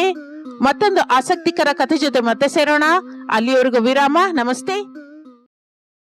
ರಮೇಶ್ ವಿನೋದರು ಲಾನ್ ಅಲ್ಲಿ ಕೂತ್ಕೊಂಡು ಹಾಯಾಗಿ ಮಾತಾಡ್ಕೊತಾ ಇರ್ತಾರೆ. ನಿಜ ಹೇಳ ಅಣ್ಣಯ್ಯ, ಅತ್ತಿಗೆ ಯಾವ ಮುಹೂರ್ತದಲ್ಲಿ ಚಿಕನ್ ಬಿರಿಯಾನಿ ಮಾರಲಿಕ್ಕೆ ಶುರು ಮಾಡಿದ್ಲು ಆಗಿನಿಂದ ನಮ್ಮ ಜೀವನ ಬದಲಾಗಿ ಹೋಯ್ತು. ಒಬ್ಬ ನಿನ್ನ ಅತ್ತಿಗೆಯಿಂದಲೇ ಅಲ್ಲ ಕಣೋ, ನಾದಿನಿ ಭಾವನ ಕೂಡ ಎಷ್ಟೋ ಕಷ್ಟಪಡ್ತಾ ಇದ್ದಾಳೆ. ವಾರಗಿತ್ತಿಯರ ಚಿಕನ್ ಬಿರಿಯಾನಿ ಬಿಸ್ನೆಸ್ ಇಂದಲೇ ನಾವು ಈ ದಿನ ಹೀಗೆ ಪ್ರಶಾಂತವಾಗಿ ಕೂತ್ಕೊಂಡು ಮಾತಾಡ್ತಾ ಇದ್ದೀವಿ. ಭಾವನ ಅತ್ತಿಗೆಗೆ ಸಹಾಯ ಮಾಡ್ತಾಳೆ ಅಷ್ಟೇ. ಅವಳ ಚಿಕನ್ ಬಿರಿಯಾನಿ ವ್ಯಾಪಾರ ಸಕ್ಸಸ್ ಆಗೋದಕ್ಕೆ ಕಾರಣ ಮಾತ್ರ ಅತ್ತಿಗೆ ಕೈಯ ಮಹಾತ್ಮನೆ. ಇದು ಯಾರು ಒಪ್ಕೊಂಡ್ರು ಒಪ್ಕೊಳ್ದೇ ಇದ್ರು ನಾನು ಹೇಳುವ ಹಸಿ ನಿಜ. ತಮ್ಮ, ಸುತ್ತಮುತ್ತಲು ನೋಡ್ಕೊಂಡು ಮಾತಾಡು. ಎಲ್ಲಾದ್ರೂ ಭಾವನೆ ಇರ್ಬೋದು, ನಿನ್ನ ಮಾತುಗಳು ಕೇಳ್ಬೋದು.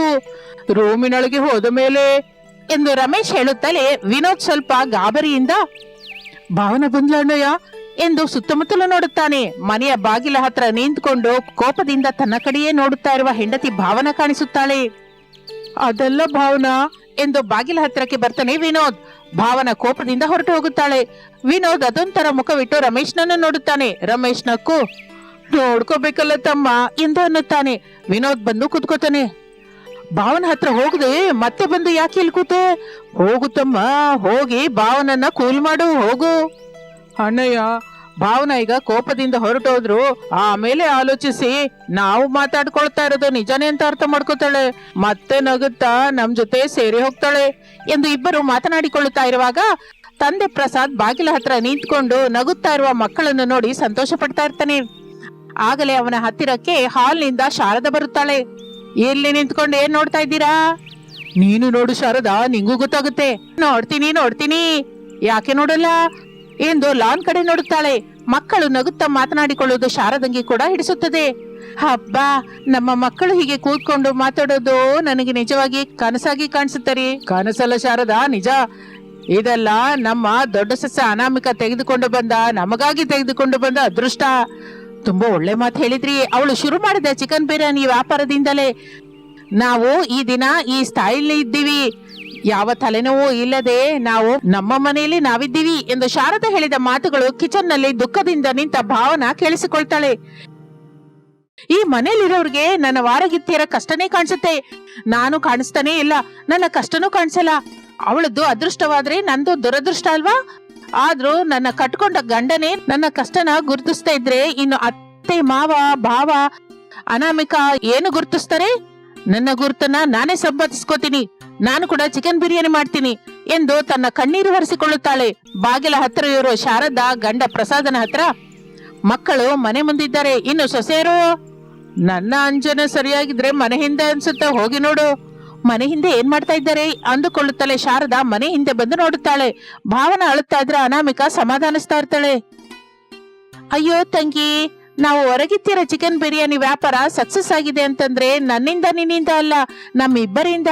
ಅದು ನೀನು ನೆನ್ಪಲ್ಲಿ ಇಟ್ಕೋ. ಅತ್ತೆ ಮಾವಂದಿರು ವಿನೋದ್ ಏನೋ ನಿನ್ನನ್ನ ಆಟವಾಡಿಸ್ಬೇಕು ಅಂತ ಹಾಗಂತಾರೆ ಹೊರತು ಅವರಿಗೆ ಮಾತ್ರ ನೀನು ಮಾಡ್ತಾ ಇರುವ ಕೆಲಸದ ಬಗ್ಗೆ, ಅಡಿಗೆ ಬಗ್ಗೆ ಗೊತ್ತಿಲ್ವಾ ಹೇಳು?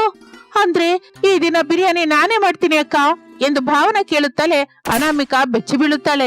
ಸರಿನಾ ಅಕ್ಕ, ಈ ದಿನ ಅಂತೂ ಚಿಕನ್ ಬಿರಿಯಾನಿ ನಾನೇ ಮಾಡ್ತೀನಿ. ಮನೆಯಲ್ಲಿ ತಿನ್ನೋದಕ್ಕೆ ಮಾಡ್ತೀಯಾ, ಹೊರಗೆ ಮಾರೋದಕ್ಕೆ ಮಾಡ್ತೀಯಾ ತಂಗಿ? ಎರಡು ಕಡೆನೂ ಮಾಡ್ತೀನಿ ಅಕ್ಕ.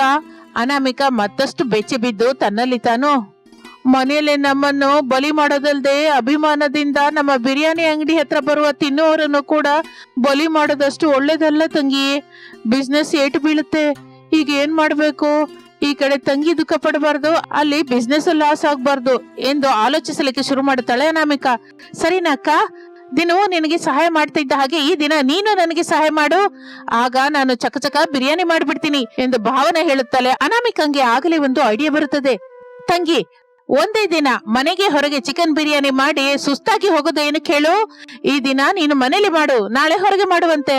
ಹಾ ಹಾಗೆ ಅಕ್ಕ, ಈ ಆಲೋಚನೆ ಅಂತೂ ಚೆನ್ನಾಗಿದೆ.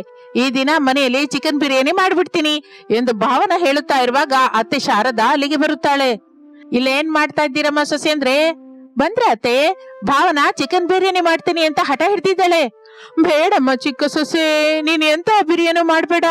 ನಿಜಕ್ಕೂ ನೀನು ಅದ್ರ ಬಗ್ಗೆ ಮಾತಾಡದೇ ಇರೋದೇ ಎಷ್ಟೋ ಒಳ್ಳೇದು ಮಾಡ್ದಾಗೆ ಎಂದು ಹೇಳುತ್ತಲೇ ಭಾವನಾ ಮಾತನ್ನು ಕೇಳಿ ಮುಖ ಸಣ್ಣದಾಗುತ್ತದೆ. ಹಾಗೆ ದುಃಖ ಪಡಬೇಡಮ್ಮ ಸೊಸೆ, ಗಾಯ ಮಾಡ್ಬಿಟ್ಟು ದುಃಖ ಪಡಬೇಡ ಸೊಸೆ ಅಂದ್ರೆ ಹೇಗೆ ಅತ್ತೆ? ಒಂದ್ ಕೆಲ್ಸ ಮಾಡುವ ಹೋಗ್ಲಿ. ಆ ಒಂದ್ ಕೆಲ್ಸ ಏನೋ ಹೇಳಿ ಅತ್ತೆ. ನಮ್ ಮನೆಯಲ್ಲಿ ಇರುವವರು ನಾವು 6 ಜನ, ಅದನ್ನ ಪಕ್ಕದಲ್ಲಿಟ್ರೆ 5 ಜನ. ಈ 5 ಜನರನ್ನ ಕೇಳೋಣ. ನಿನಗೆ ಹೆಚ್ಚು ಓಟು ಬಂದ್ರೆ ನೀನು ಮಾತ್ರ ಖಚಿತವಾಗಿ ಚಿಕನ್ ಬಿರಿಯಾನಿ ಮಾಡುವಂತ ಸೊಸೆ. ಒಂದು ವೇಳೆ ಓಟು ಬರ್ದೇ ಇದ್ರೆ ಇನ್ ಯಾವತ್ತು ನೀನು ಬಿರಿಯಾನಿ ಬಗ್ಗೆ ಮಾತಾಡಬಾರ್ದು, ಸರಿನಾ? ಈ ಶಾಂತಿ ಒಪ್ಪಂದಕ್ಕೆ ಮತ್ತೆ ನೀನು ಒಪ್ಕೊಂಡ ಹಾಗೆ ಅಲ್ವಾ? ಮಧ್ಯದಲ್ಲಿ ಶಾಂತಿ ಎಲ್ಲಿಂದ ಬದ್ಲೋತೆ?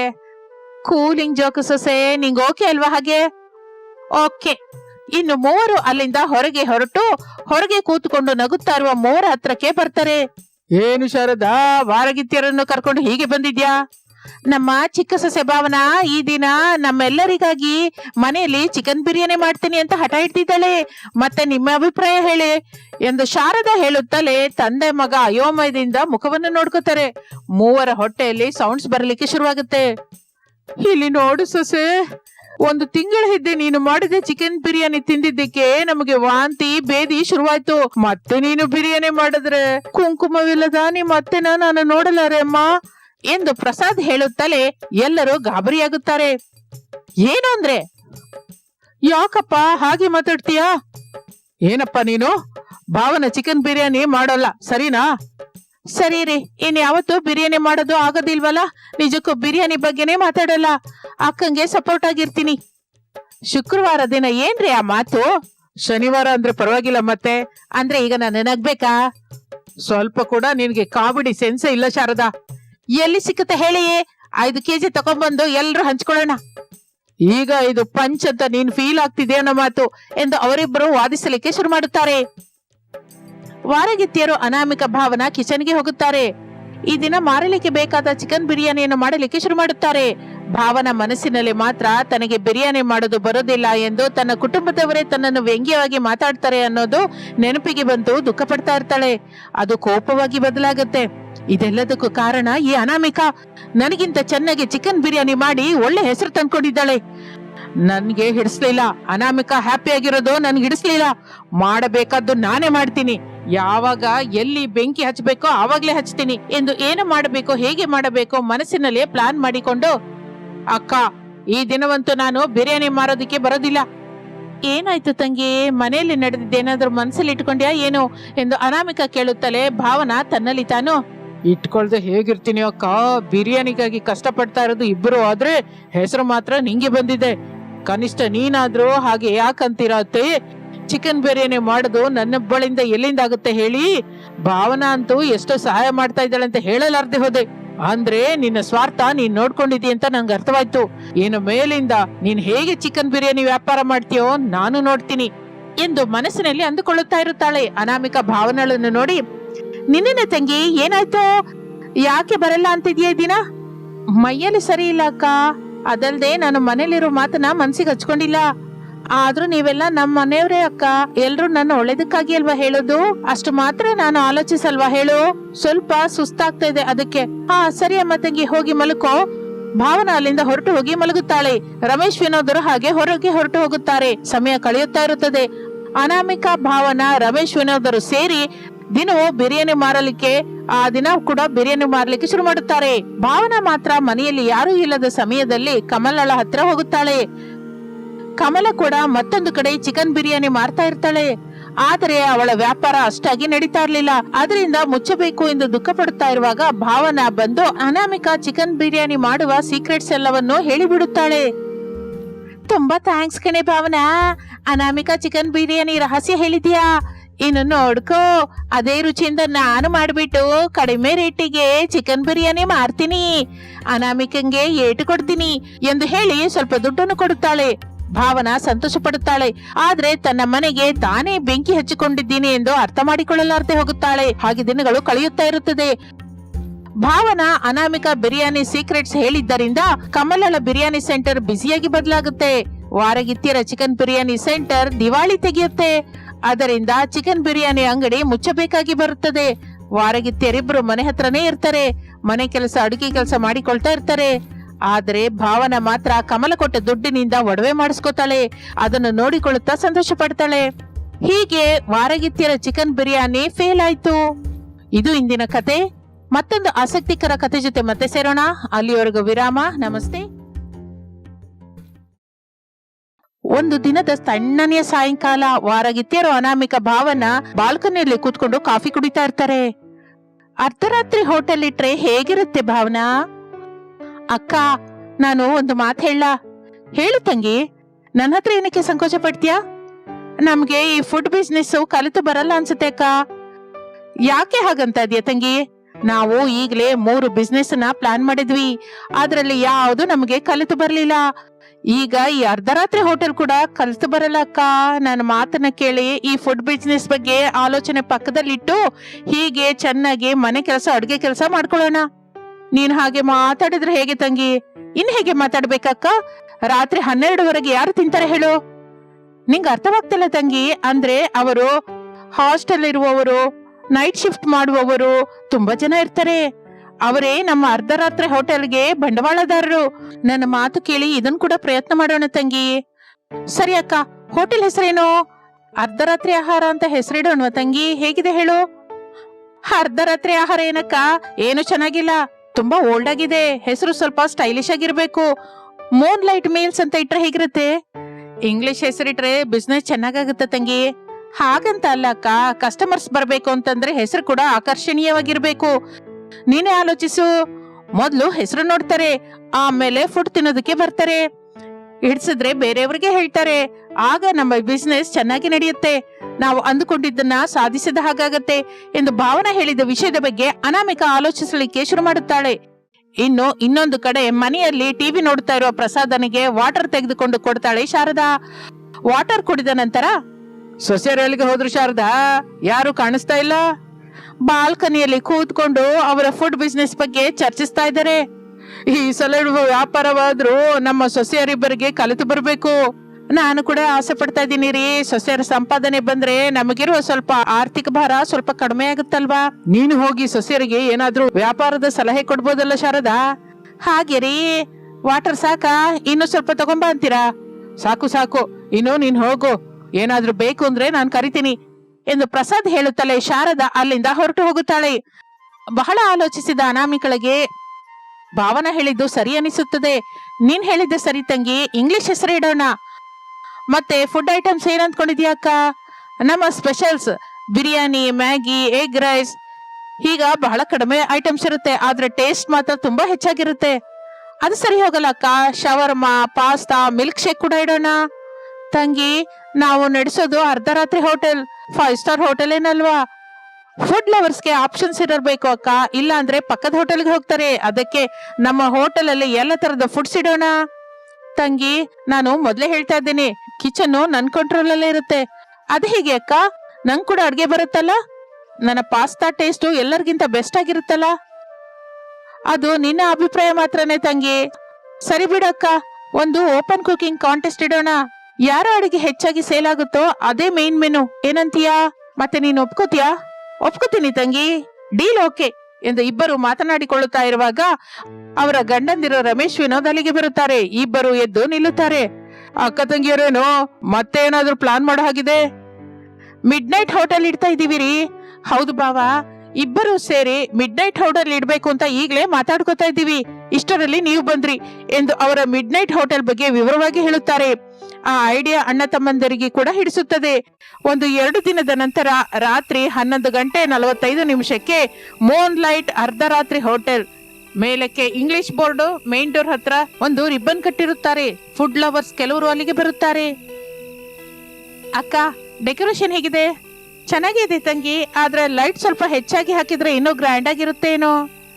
ಇನ್ನು ಶುರು ಮಾಡೋದಕ್ ಮೊದಲೇ ಕಮೆಂಟ್ ಮಾಡೋದಕ್ಕೆ ಶುರು ಮಾಡಿದ್ಯಾಕ ಎಂದು ಅನ್ನುತ್ತಾ ಇರುವಾಗ ಅಲ್ಲಿಗೆ ಶಾರದಾ ಪ್ರಸಾದರು ಬರುತ್ತಾರೆ.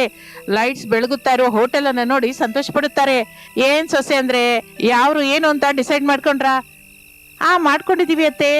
ನಾನು ಹುರುಳಿ ಸಾರು, chicken biryani, Bhavana white sauce pasta ಮತ್ತು ಶವರ್ಮಾ ಮಾಡ್ತಾಳೆ. ಯಾರ ಐಟಮ್ ಹೆಚ್ಚಾಗಿ ಮಾರಾಟವಾಡಿದ್ರೆ ಅವರದ್ದೇ ಮೈನ್ ಸ್ಪೆಷಲ್ ಇರುತ್ತೆ ಅತ್ತೆ. ತುಂಬಾ ಚೆನ್ನಾಗಿದೆ ಅಮ್ಮ ಸೊಸೆ ಅಂದ್ರೆ, ಜಗಳವಾಡದೆ ವ್ಯಾಪಾರ ಮಾಡ್ಕೊಳ್ಳಿ. ಹಾಗೆ ಅತ್ತೆ, ನೀವು ಮಾವೇ ಸೇರಿ ರಿಬ್ಬನ್ ಕಟ್ ಮಾಡಿ ಎಂದು ಅನಾಮಿಕಾ ಹೇಳುತ್ತಾಳೆ. ಇನ್ನು 12 ಗಂಟೆಯ ಸಮಯ. ಶಾರದಾ ದಂಪತಿಗಳು ರಿಬ್ಬನ್ ಕಟ್ ಮಾಡುತ್ತಾರೆ. ಹೋಟೆಲ್ ಓಪನ್ ಆಗುತ್ತದೆ. ಗಲಾಟೆ ಶುರುವಾಗುತ್ತದೆ. ಗಿರಾಕಿ ಬಂದು ಕೂತ್ಕೋತಾರೆ. ಶಾರದಾ ಕೌಂಟರ್ ಮೇಲೆ ಕೂತಿರ್ತಾಳೆ. ಆಂಟಿ, ಒಂದು ಪಾಸ್ತಾ ಬೇಕು. ಭಾವನಾ, ಒಂದು ಪಾಸ್ತಾ ತಗೊಂಬಾರಮ್ಮ ಎಂದು ಶಾರದಾ ಹೇಳುತ್ತಾಳೆ. ಕಿಚನ್ ನಲ್ಲಿರುವ ಅನಾಮಿಕಾ, ಭಾವನಾ ನಗುತ್ತಾರೆ. ಹೌ ತಂಗಿ, ನಿಂದೇ ಮೊದಲು ಮಾರಾಟವಾಯಿತು, ಅಭಿನಂದನೆಗಳು. ಥ್ಯಾಂಕ್ಸ್ ಅಕ್ಕ. ಇಷ್ಟರಲ್ಲಿ ಒಬ್ಬ ಹುಡುಗ ಕೌಂಟರ್ ಹತ್ರ ಬಂದು ಬಿರಿಯಾನಿ 3 ಪ್ಯಾಕೆಟ್ ಬೇಕು ಅಂತ ಹೇಳಿ ದುಡ್ಡು ಕೊಡುತ್ತಾನೆ. ಅನಾಮಿಕಾ, 3 ಬಿರಿಯಾನಿ ಅಮ್ಮ ಎಂದು ಹೇಳುತ್ತಾಳೆ. ಆಗ ಅನಾಮಿಕಾ, ಫುಲ್ ಚೇಂಜ್, 1 ಗಂಟೆಯಲ್ಲಿಯೇ ಫುಲ್ ರಶ್. ಟಿಫನ್ ನಲ್ಲಿ ಇಷ್ಟರಲ್ಲಿ ಗ್ಯಾಸ್ ಸಿಲಿಂಡರ್ ಆಗಿ ಹೋಗುತ್ತೆ. ಅಯ್ಯೋ, ಈಗ ಏನ್ ಮಾಡೋಣ ಅಕ್ಕ? ನಾನು ಮೊದ್ಲೇ ಹೇಳ್ದೆ ಬ್ಯಾಕಪ್ ಸಿಲಿಂಡರ್ ಇಟ್ಕೊಂಡ್ರೆ ಚೆನ್ನಾಗಿರುತ್ತೆ ಅಂತ. ನೀನ್ ಕೇಳಲಿಲ್ಲ. ಈಗ ಎಲ್ಲಿಗೆ ಹೋಗೋಣ? ಯಾರನ್ನ ಕೇಳೋಣ? ನೀವೇ ನೋಡ್ಕೋತೀನಿ ಅಂತ ಹೇಳಿ ನನ್ ಮೇಲೆ ಅರಷ್ಟೇ ಯಾಕೆ ಅಕ್ಕ? ಹಾಗೆ ಅಲ್ಲಿ ಇಬ್ಬರು ಸೊಸೆಯರ ಮಧ್ಯೆ ಮತ್ತೆ ಜಗಳ ಶುರುವಾಗುತ್ತದೆ. ಇಬ್ಬರು ಮಾತಿಗೆ ಮಾತು ಅಂದುಕೊಳ್ಳುತ್ತಾ ಇರುತ್ತಾರೆ. ಶಾರದಾ ಬಂದು ಇಬ್ಬರು ಸೊಸೆಯರಿಗೆ ಸಮಜಾಯಿಷ ಹೇಳುತ್ತಾಳೆ. ಇನ್ನು ಇಬ್ಬರು ತಣ್ಣಗಾಗುತ್ತಾರೆ. ಸಾರಿ ಅಕ್ಕ, ಈಗ ಏನ್ ಮಾಡೋಣ? ಆರ್ಡರ್ಸ್ ತುಂಬಾ ಇದೆ. ಮೊದಲ ದಿನವೇ ಹಿಂದಕ್ಕೆ ಕಳಿಸೋದು ಚೆನ್ನಾಗಿರಲ್ಲ. ತಂಗಿ, ನೀನ್ ಅವ್ರಿಗೆ ಏನೋ ಒಂದು ವಿಷಯ ಹೇಳು, ನಾನು ಒಂದು ಪ್ರಯತ್ನ ಮಾಡ್ತೀನಿ ಎಂದು ಫೋನ್ ತೆಗೆಯುತ್ತಾಳೆ. ಶಾರದಾ ಭಾವನಾ ಕೌಂಟರ್ ಹತ್ರಕ್ಕೆ ಬರ್ತಾರೆ. ಫುಡ್ ಆರ್ಡರ್ ಕೊಟ್ಟವರು ಫುಡ್ ಬಗ್ಗೆ ಕೇಳುತ್ತಾ ಇರ್ತಾರೆ. ಶಾರದಾ ಭಾವನಾ ಕತೆ ಹೇಳ್ತಾ ಇರ್ತಾರೆ. 10 ನಿಮಿಷಕ್ಕೆ ಸಿಲಿಂಡರ್ ಬರುತ್ತದೆ.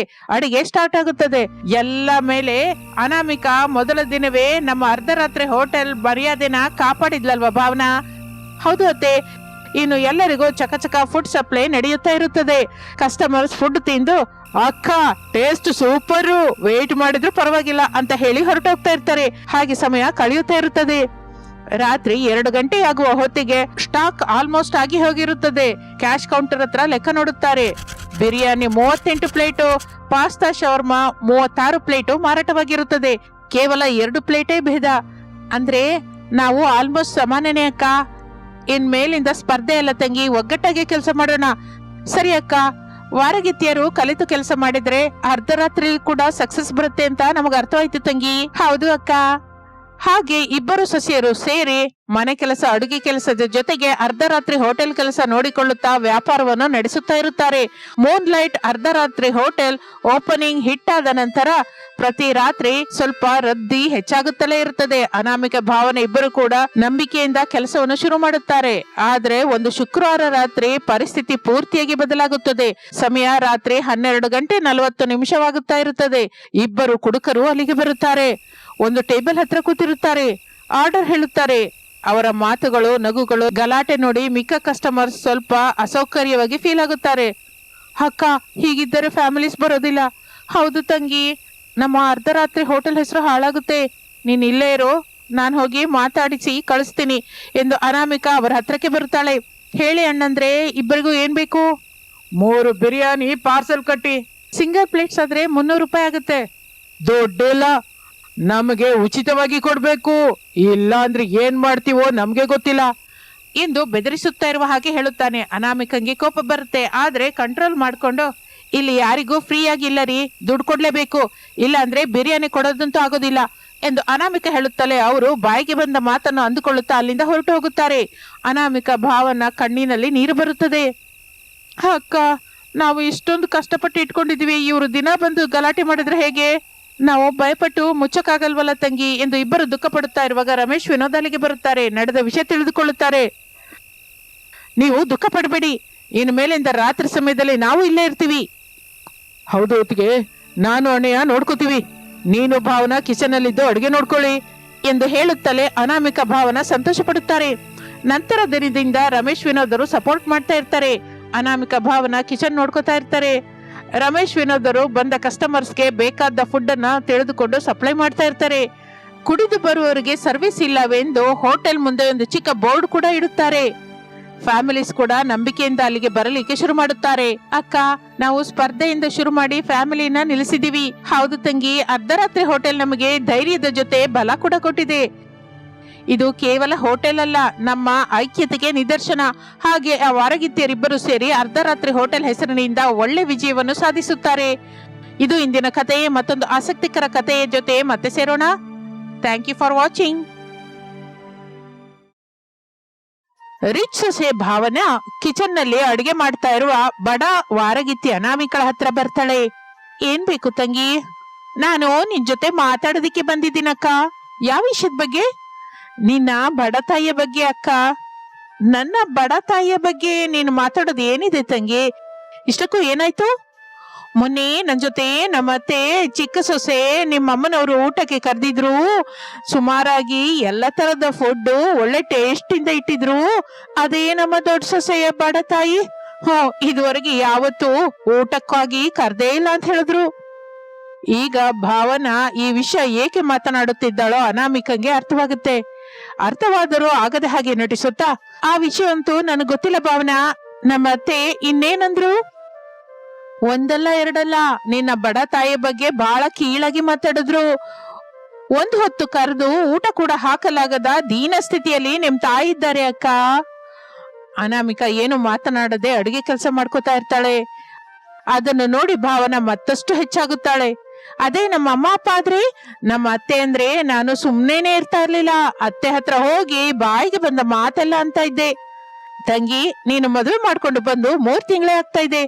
ನಾನು ಸೊಸೆಯಾಗಿ ಬಂದು ವರ್ಷ ದಾಟಿದೆ. ನಮ್ಮ ಅತ್ತೆ ಬಗ್ಗೆ ನಿನಗಿಂತ ನನಗೆ ಹೆಚ್ಚಾಗಿ ಗೊತ್ತು. ಇನ್ನು ನಿನ್ ರೂಮಿಗೆ ಹೋಗ್ಬೋದು. ಮೇಕಪ್ ಮಾಡ್ಕೊಳ್ಳೋದಿದ್ರೆ ಹಾಕೋ.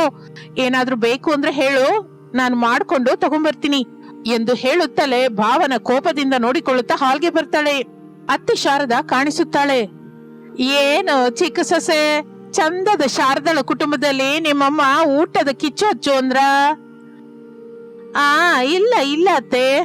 ಮತ್ತೇನಕ್ಕೆ ಚಿಕ್ಕ ಸೊಸೆ, ದೊಡ್ಡ ಸೊಸೆಯ ಬಡ ತಾಯಿನ ಹಾಗಂತ ಇದೀಯಾ? ಹಾಗಂತಲ್ಲ ಅತ್ತೆ, ನಮ್ಮಮ್ಮ ನಮ್ಮೆಲ್ಲರನ್ನ ಮನೆಗೆ ಕರೆದು ಹೊಟ್ಟೆ ತುಂಬಾ ಗಮ್ಮತ್ತ ಅಡಿಗೆ ಹಾಕದ್ಲಲ್ವಾ? ನಿಮ್ಮಮ್ಮ ಕೊಟ್ರೆ ಅನಾಮಿಕಳ ಅಮ್ಮ ಕೂಡ ಇಡಬೇಕು ಅಂತ ಎಲ್ಲೂ ಇಲ್ವಲ್ಲಮ್ಮ? ಬಡವರಿಗೆ ಇಲ್ಲ ಬಿಡಿಯತ್ತೆ ಎಂದು ಭಾವನಾ ಅಂದು ಹೊರಟು ಹೋಗುತ್ತಾಳೆ. ಚಿಕ್ಕ ಸೊಸೆಗೆ ನಿಜವಾದ ಊಟ ಹೇಗಿರುತ್ತೋ ತೋರಿಸ್ಬೇಕು ಅಂದುಕೊಂಡು ಕಿಚನ್ ಒಳಗೆ ಹೋಗುತ್ತಾಳೆ ಶಾರದಾ. 1-2 ದಿನ ಕಳೆದ ನಂತರ ಅತ್ತೆಯ ಮನೆಯ ಮಹಡಿ ಮೇಲೆ ಬಡ ಸೊಸೆ ಅನಾಮಿಕಾ ನಿಂತುಕೊಂಡು ತನ್ನ ತಾಯಿ ಸುಜಾತಳ ಹತ್ರ ಫೋನ್ ಅಲ್ಲಿ ಮಾತಾಡ್ತಾ ಇರ್ತಾಳೆ. ಏನಮ್ಮ ನೀನ್ ಹೇಳ್ತಾ ಇರೋದು?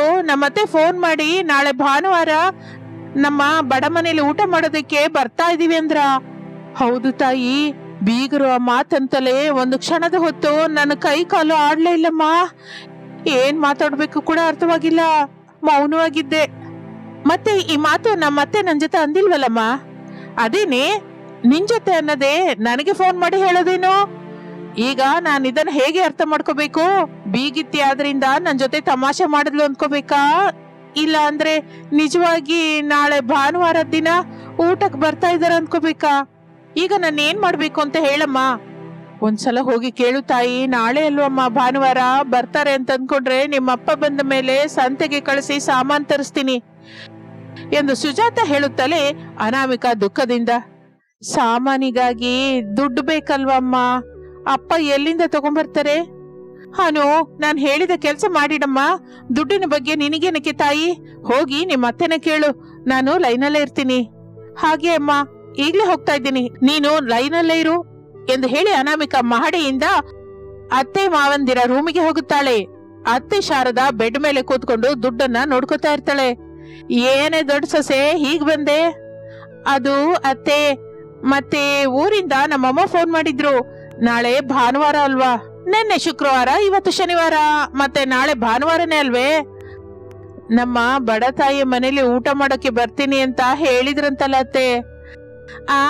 ಹೌದು ಸೊಸೆ, ನಾನು ನಿಂಗೆ ಹೇಳೋದೇ ಮರ್ತದೆ. ನಾವು ಬರಲ್ಲ ಅಂತ ಹೇಳು, ಅವರು ನಿಧಾನವಾಗಿರು ಅಂತ ಹೇಳು ಎಂದು ಶಾರದಾ ಹೇಳುತ್ತಲೇ ಅನಾಮಿಕಾ ಸಂತೋಷ ಪಡುತ್ತಾಳೆ. ಸರಿಯತ್ತೆ, ಈಗ್ಲೇ ಹೇಳ್ತೀನಿ ಎಂದು ಅನಾಮಿಕಾ ತನ್ನ ಬೆಡ್ರೂಮ್ ಒಳಗೆ ಹೋಗಿ ಫೋನ್ ಅಲ್ಲಿ ತನ್ನ ತಾಯಿ ಹತ್ರ, ಅಮ್ಮ ನಮ್ಮತ್ತೆ ನಮ್ಮನೆಗೆ ಊಟಕ್ಕೆ ಬರ್ತಾ ಇಲ್ಲ, ಎಂತಹ ಸಾಲನು ಮಾಡ್ಬೇಡ ಅಂತ ಅಪ್ಪಂಗೆ ಹೇಳಮ್ಮ. ಸರಿ ತಾಯಿ ಎಂದು ಸುಜಾತ ಸಂಭ್ರಮದಿಂದ ಫೋನ್ ಇಡುತ್ತಾಳೆ. ಆಗಲೇ ರಾಜಯ್ಯ ಮನೆಗೆ ಬರುತ್ತಾನೆ. ಫೋನಲ್ಲಿ ಯಾರು ಸುಜಾತ? ನಮ್ಮ ಮಗಳು ರೀ. ಏನಂತೆ? ನಾಳೆ ನಮ್ಮನೆಗೆ ಊಟಕ್ಕೆ ಬರ್ತಾ ಇದ್ದಾರಂತ? ಬರ್ತಾ ಇಲ್ಲ ಅಂತ ಹೇಳಿದ್ಲು ಬಿಡಿ. ಏನ್ ಸುಜಾತ ಇದೆಲ್ಲ? ನಮ್ಮ ಬೀಗಿತಿ ಯಾಕೆ ಹೀಗೆ ಮಾಡ್ತಾ ಇದ್ದಾಳೆ? ಒಂದು ಸಲ ಫೋನ್ ಮಾಡಿ ಊಟಕ್ಕೆ ಬರ್ತೀವಿ ಅಂತ ಹೇಳ್ತಾಳೆ, ಮತ್ತೆ ಸ್ವಲ್ಪ ಹೊತ್ತಿಗೆ ಮಗಳು ಫೋನ್ ಮಾಡಿ ನಾಳೆ ಊಟಕ್ಕೆ ಬರಲ್ಲ ಅಂತ ಇದ್ದಾರೆ. ಈ ಅತ್ತೆ ಸೊಸೆಯರು ನಮ್ಮ ಬಡ ಜೀವನದ ಜೊತೆ ಆಟ ಆಡ್ಕೋಬೇಕು ಅಂತ ಇದ್ದಾರಾ ಏನೋ? ಅಲ್ಲಿ ಏನ್ ನಡೀತಾ ಇದೆಯೋ ನಮಗ್ ಗೊತ್ತಿಲ್ಲ ಅಲ್ಲ ರೀ, ನೀವ್ ಹೋಗಿ ಕೈಕಾಲು ತೊಳ್ಕೊಂಡ್ ಬನ್ನಿ, ಅನ್ನ ಇಡ್ತೀನಿ ಎಂದು ಹೇಳುತ್ತಲೇ ರಾಜಯ್ಯ ಏನೋ ಮಾತನಾಡದೆ ಹಿತ್ತಲಿಗೆ ಹೋಗುತ್ತಾನೆ. 1 ವಾರ ಕಳೆಯುತ್ತದೆ. ಶಾರದಳ ಕುಟುಂಬವೆಲ್ಲ ದೊಡ್ಡ ಸೊಸೆ ಅನಾಮಿಕಾ ಬಡ ತಾಯಿಯ ಮನೆಗೆ ಬರುತ್ತಾರೆ. ಮನೆಗೆ ಬೀಗ ಹಾಕಿರುತ್ತದೆ. ಅಯ್ಯೋ ಅತ್ತೆ, ನಾವು ನಮ್ಮ ಅಮ್ಮನವರ ಮನೆಗೆ ಬಂದಿದ್ದೀವಿ. ನಂಗ್ ಗೊತ್ತು ಸೊಸೆ, ಮನೆಗೆ ಬೀಗ ಇದೆ ಅಂತಂದ್ರೆ ಅಣ್ಣಯ್ಯ ಅತ್ತಿಗೆ ಹೊಲದ ಕೆಲ್ಸಕ್ಕೆ ಹೋದ ಹಾಗಿದೆ. ಫೋನ್ ಮಾಡಿ ನಾವು ಬಂದ ವಿಷಯ ಹೇಳು, ಅವರು ಮನೆಗೆ ಬರ್ತಾರೆ. ಹಾಗೆ ಅತ್ತೆ ಎಂದು ಅನಾಮಿಕಾ ತನ್ನ ತಾಯಿ ಸುಜಾತಂಗೆ ಫೋನ್ ಮಾಡುತ್ತಾಳೆ. ಹೊಲದ ಕೆಲಸ ಮಾಡ್ತಾ ಇರುವ ತಾಯಿ ಸುಜಾತ, ಹೇಳು ತಾಯಿ, ಎಲ್ರು ಚೆನ್ನಾಗಿದ್ದೀರಾ? ಅಮ್ಮ, ನಾವೆಲ್ಲ ಮನೆಗ್ ಬಂದಿದ್ದೀವಿ. ಬೀಗದ ಕೀ ಎಲ್ಲಿದೆ? ಅಯ್ಯೋ ಮಗಳೇ, ಎಲ್ರು ಸೇರಿ ನಮ್ಮ ಮನೆಗ್ ಬಂದಿದ್ದೀರಾ? ಬೀಗದ ಕೀ ಕಿಟಕಿ ಹತ್ರ ಇದೆ ನೋಡು ತಾಯಿ. ನಾನು ನಿಮ್ಮಪ್ಪ ಹೊರಟು ಬರ್ತಾ ಇದ್ದೀವಿ. ಮನೆ ಬೀಗ ತೆಗೆದು ಮನೆಯೊಳಗೆ ಕೂತ್ಕೋ ತಾಯಿ, ನಾವು ಬರ್ತಾ ಇದ್ದೀವಿ ಎಂದು ಸುಜಾತ ಫೋನ್ ಇಡುತ್ತಾಳೆ. ಮರದ ಹತ್ತಿರ ಇರುವ ಗಂಡ ರಾಜನ ಹತ್ರಕ್ಕೆ ಬಂದು ವಿಷಯ ಹೇಳುತ್ತಾಳೆ. ಇಬ್ಬರು ಹೊಲದಿಂದ ಹೊರಡುತ್ತಾರೆ. ಅನಾಮಿಕಾ ಮನೆಯ ಬೀಗ ತೆಗೆಯುತ್ತಾಳೆ. ಎಲ್ಲರೂ ಮನೆಯೊಳಗೆ ಹೋಗುತ್ತಾರೆ. ಅನಾಮಿಕಾ ಮಂಚ ಹಾಕುತ್ತಾಳೆ. ಎಲ್ಲರೂ ಕುತ್ಕೋತಾರೆ. ಭಾವನಂಗೆ ಮಾತ್ರ ಅಲ್ಲಿಯ ವಾತಾವರಣ ಸ್ವಲ್ಪವೂ ಹಿಡಿಸಲಿಲ್ಲ.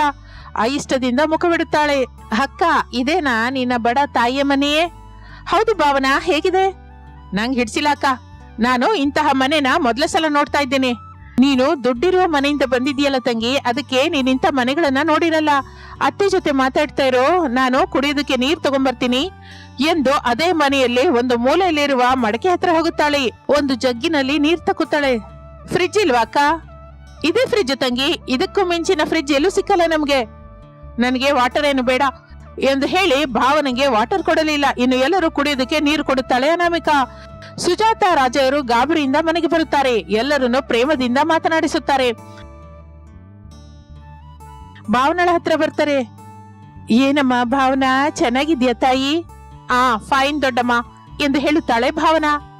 ತಂಗಿಯಮ್ಮ, ಭಾವನವ್ರೆ ಬರ್ತಾ ಇದ್ದೀವಿ ಅಂತ ಫೋನ್ ಹೇಳಿದ್ರೆ ಎಲ್ಲ ಸಿದ್ಧ ಮಾಡ್ತಾ ಇದ್ವಲ್ಲ, ಇಷ್ಟು ಸಡನ್ ಆಗಿ ಎಲ್ರು ಬಂದಿದ್ದೀರಾ? ನನಗೇನೋ ಕೈ ಕಾಲ ಆಡ್ತಾ ಇಲ್ಲ. ಅಣ್ಣಯ್ಯ, ಟೆನ್ಷನ್ ಮಾಡ್ಕೋಬೇಡಿ. ಹೊಲದಿಂದ ಓಡ್ಕೊಂಡು ಬಂದ ಹಾಗಿದೆ. ಸ್ವಲ್ಪ ರಿಲ್ಯಾಕ್ಸ್ ಆಗಿ ಸಮಾಧಾನ ಮಾಡ್ಕೊಳ್ಳಿ. ಆಮೇಲೆ ನಿಧಾನವಾಗಿ ಎಲ್ಲ ಕೆಲಸ ಮಾಡ್ಕೊಳ್ಳೋಣ. ಅದಲ್ಲಮ್ಮ ಭಾವನವ್ರೆ, ನಿಮ್ಮ ತಂಗಿ ಹೇಳಿದ್ದಾಳಲ್ಲ, ಸ್ವಲ್ಪ ಉಸಿರು ತಗೊಳ್ಳಿ. ಹಾಗೆ ಎಲ್ಲರೂ ಮಾತನಾಡಿಕೊಳ್ಳುತ್ತಾ ನಗುತ್ತಾ ಇರುತ್ತಾರೆ.